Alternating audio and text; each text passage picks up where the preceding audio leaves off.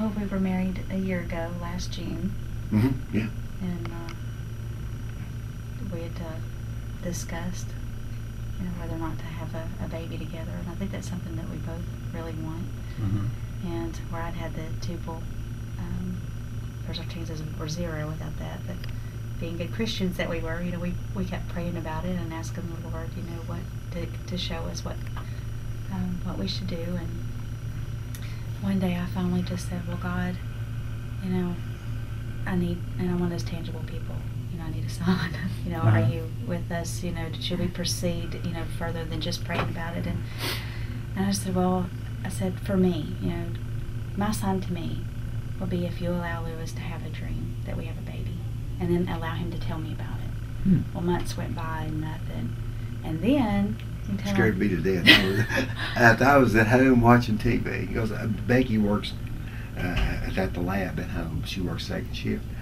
And I was watching TV, and it hit me just like, just out of a clear blue sky. I wasn't thinking about it, wasn't it?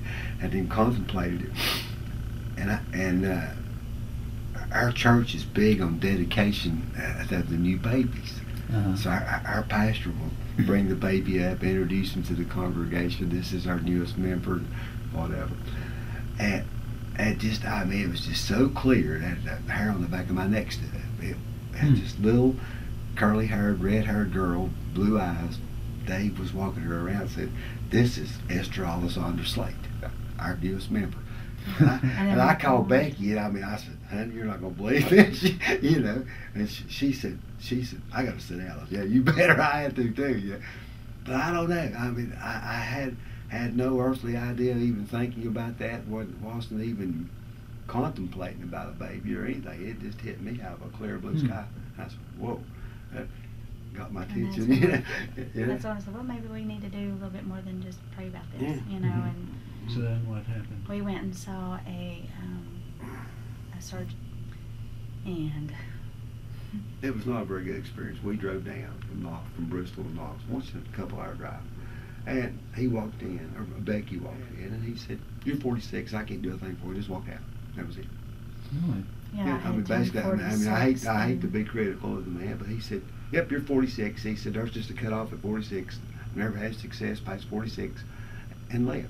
Yeah. I turned 46 in March 24th, and her appointment with him was, I think, in the first part of April.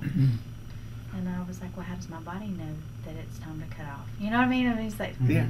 And so I did the 3-day FSH test. I'm within the normal parameters for that. And, I got to looking on the web. I found your website. I called, and Fran has been wonderful. I love her. Oh, yeah.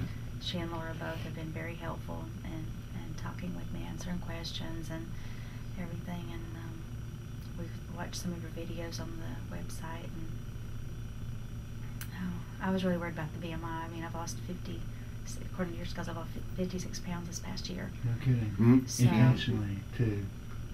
Well, most of it was keeping up with him. I'm more of a sedentary type person, and as you said, he's a retired Navy SEAL. So this past year has been a more active one for me.